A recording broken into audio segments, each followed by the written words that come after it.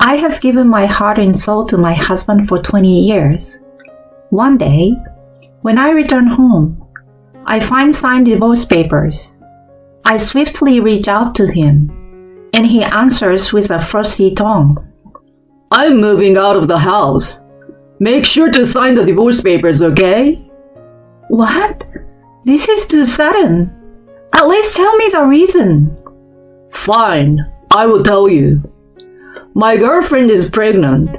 You are no longer needed. Girlfriend? Pregnant? What are you talking about? I won't pay a cent for alimony. There is no proof of my infidelity anyway. I'm bursting with rage at this point. I've dedicated myself entirely to him, managing the household, caring for our child, and tending to his mom for 2 decades. Yet, he wants to end it with a single phone call for such a selfish reason. You just wait and see. I immediately suppress my anger. Oh, I see. Fine. Let's get a divorce. Oh, really? In the following month, he goes into a frenzy, bombarding me with calls. I'm Martha, a 46-year-old nurse. I've taken pride in working since I was younger. My husband's name is Tony. He's 2 years older than me and works in a telecom company. We met through our mutual friend. His dependable and manly attitude grabbed my heart back then. We started going out, and eventually, he popped the question. I was thrilled to be engaged to him. His father had passed away during his university, so his mother lived alone. I heard that she was from an affluent family, and she carried an air of sophistication. Oh, what a lovely girl! I'm so glad to have you as my family. She gave me a gentle smile. I was happy to have such a charming mother-in-law. After we got married and moved in together, I discovered that he had no intention of sharing household chores. He left his laundry lying around, didn't take out the trash, and never bothered to clean up after eating. Since we were both working, I asked him several times to help out, but all he ever said was, Housework is a wife's responsibility. Don't try to make me do it. Back then, society was a little more conservative compared to today, and there was still a belief that housework was a wife's duty, and men should be put on a pedestal. So I obediently followed this idea. Not long after we got married, I became pregnant. While Tony was happy about it, he still didn't lift a finger to help me at home. If I couldn't do it due to morning sickness, he would even become visibly upset. Geez, are we having takeout again today? Sorry, but I'm feeling sick again. I've been in bed all day. Such a lazy wife. He could have made something by himself. I wished he would show some consideration for me.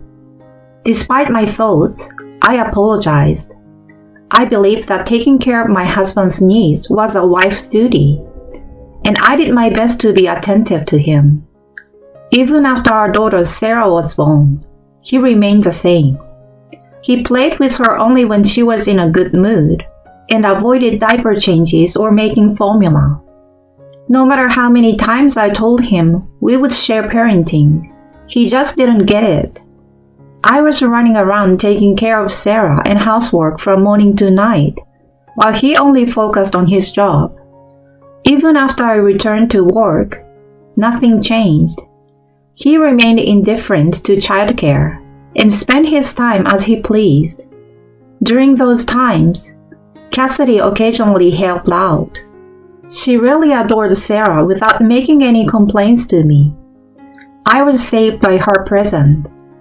As the years went by, we somehow reached our 20th wedding anniversary. Sarah was 18 years old and living in a university dorm. I was thinking that I would have more time for myself even though I was still juggling work and the chores daily. However, I received a call saying that Cassidy had fallen down at home and broken a bone. When Tony and I went to the hospital, she looked devastated. Well, I'm getting old. I could leave the hospital soon, but I would need care for my daily life. Don't worry about it. Martha is going to help you.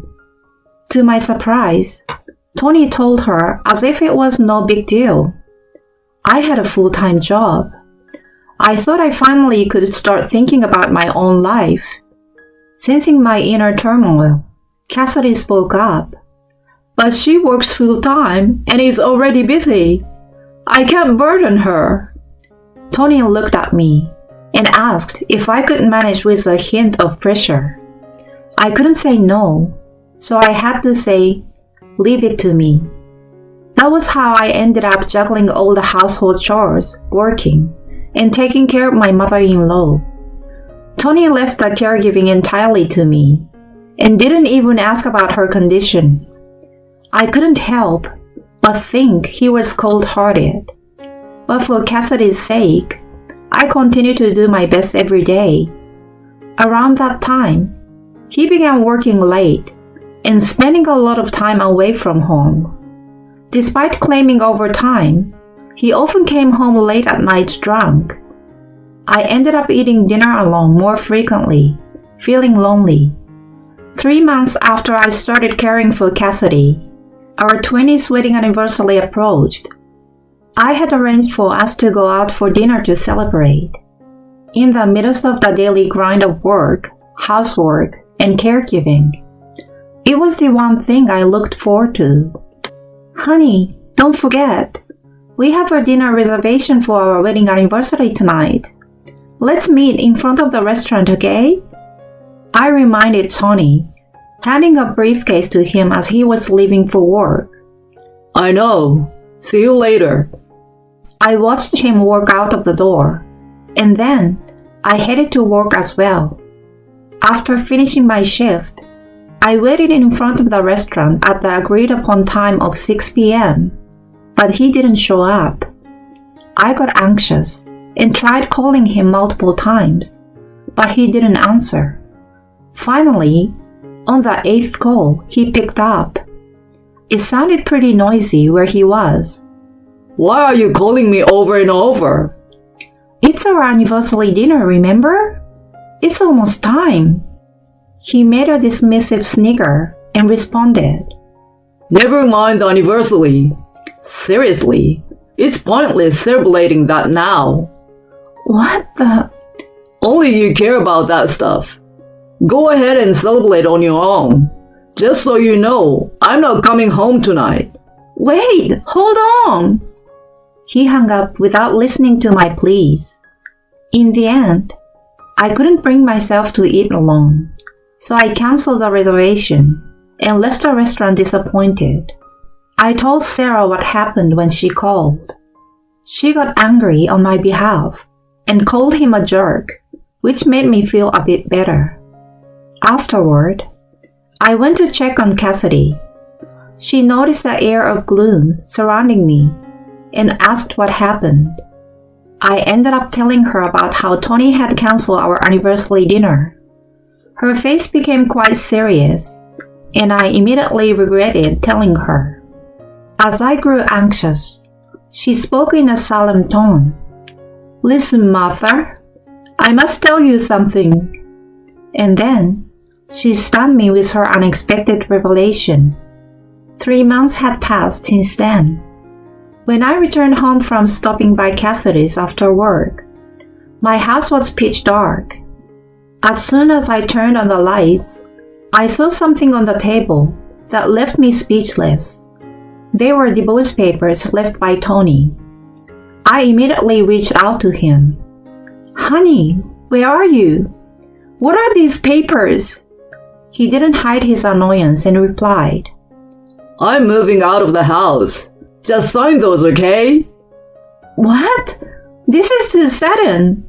At least tell me why. I will tell you then. My girlfriend is pregnant. You are no longer needed. Girlfriend? Pregnant? you talking about? I won't pay a cent of alimony. There is no proof of my infidelity anyway. I was burning with rage at that moment. I dedicated myself entirely to him, managing the household, caring for our child, and tending to his mom for 2 decades. Yet, he wanted to end it with a single phone call for such a selfish reason. I thought, you just wait and see. I immediately suppressed my anger. Oh, I see. Fine. Let's get a divorce. Oh, really? He sounded surprised by my reaction. Maybe he thought I would get angrier or beg. I calmly asked him, So, what are your plans for your mother's caregiving if we divorce? Caregiving? I'm sure I will figure out something. If you're so concerned about it, go ahead and you can continue. Anyway, I gotta go now. It feels so good to know that I don't have to see your face anymore. With that, the call ended. I couldn't help but smile as I held my phone. Afterward, I gave Sarah a rundown of what was happening. Finally, you're better off without him. Let me know if you need my help. Once again, I was left dumbfounded at how little he was regarded by his own daughter. About a month later, I received a call during my lunch break. It was from Tony, so I ignored it, but the phone didn't stop ringing. He was bombarding me with incessant calls. It was becoming quite annoying, so I reluctantly picked it up. Yeah? At last! What the heck do you think you're doing by sending me that? Oh, you got it, huh? I replied to his anger nonchalantly. He continued shouting nonsense, which I cut it off by saying, Come to your mom's place tonight at 7 p.m. We'll talk there. Then I hung up the phone. That night, I waited for him with Cassidy at her house until he arrived, looking all pissed off. God darn you! What do you think you're doing? What do you mean? I mean this. You're coming after me for alimony. He handed me the documents sent through a lawyer. I calmly told him, Well, we are getting a divorce because of your affair, so asking for alimony is only fair, right? Where's the proof of my affair then? Your girlfriend is with your child, right? You said so yourself. He fell silent. I wondered how reckless he could be without realizing it himself. But there should be no concrete proof of the affair. If I just play dumb, I won't need to pay alimony. I threw several photos at him while he stammered out excuses. They were of him walking arm in arm with a young woman and entering a hotel. What the heck? Were you having me followed? Obviously. Did you have fun meeting your girlfriend behind my back? I thought you had no idea. Then, Cassidy spoke up. I told her to look into your activities. I saw you walking with that woman when I was coming back from the hospital. What, you? That night, when our anniversary dinner was cancelled, she shamefully revealed about witnessing his affair. She urged me to act fast and even offered to cover the investigation fee if needed. With her assistance, I had the evidence collected. He brought up the divorce after that. So when he did, I already knew about his affair. I spoke matter-of-factly to Tony, who looked at me and Cassidy alternately. So we are getting a divorce. I will claim $30,000 for alimony and property division. Wait a minute. Please spare me from alimony. I have a new life waiting for me, you know. I'm going to have a child with her. The confidence and bravado from earlier disappeared, and he pleaded meekly. I looked down at him with a cold gaze. No, I will not spare you. If you refuse to pay, We'll go to court or whatever it takes." Hearing that, he suddenly became defiant. Fine. I will pay alimony or whatever. Anyway, I will inherit my mom's estate soon. Her family is rich, and I'm her only son. I'm going to get a substantial inheritance, you know. He sneered with a malicious expression. At that moment, Cassidy, looking exasperated, said, "You couldn't have cared less about me, and you betrayed Martha, who devoted herself to raising Sarah and caring for me. Do you really think you're getting an inheritance?" "I intend to give my assets to her and Sarah before I pass away. I've already changed the beneficiary for my life insurance to her. Don't expect to get anything from me." No way! He pleaded with her to reconsider over and over, but she was adamant. Frustrated, he glared at me. "You manipulated my mom.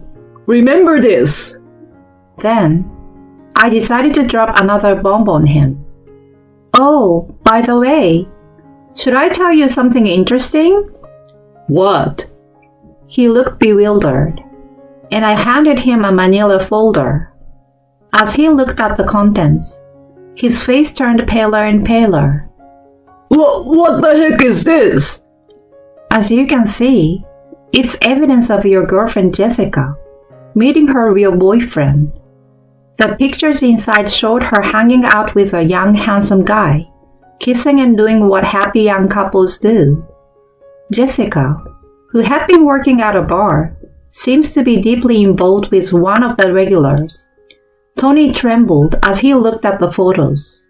"This can't be true. She's pregnant with my child." Despite that, she was drinking heavily at the bar and was puffing away on cigarettes too. "What?" "Well, this is what I found during my investigation. But she hadn't been to the obstetrician either.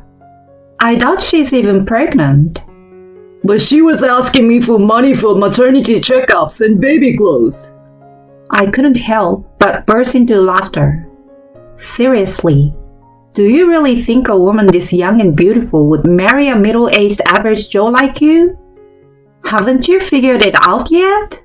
She was just using you for money." "I'm ashamed of my son." Then he started to tremble and attempted to make a call somewhere. But the announcement on the other end said, "The call cannot be completed as dialed." "Why? What's going on?" I laughed at his clueless face. "She has probably blocked you. Looks like you've been dumped." No, it can't be." He collapsed to his knees, devastated. Then he suddenly clung to me. "Martha, I've been the biggest fool. I was deceived. The only person I truly love is you. Let's start over. Let's go back to being a happy family with Sarah and Mom." He tried to grab my hand, and I forcefully pushed him away. "Don't touch me. You left me like that after I spent 20 years dedicating to you.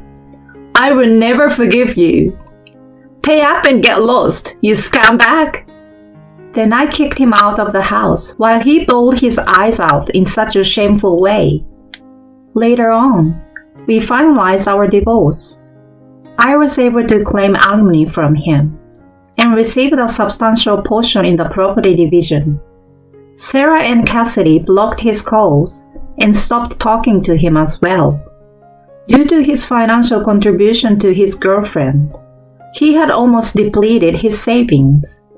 He had to borrow money to pay alimony. At work, he used to brag about marrying a younger woman and having a child.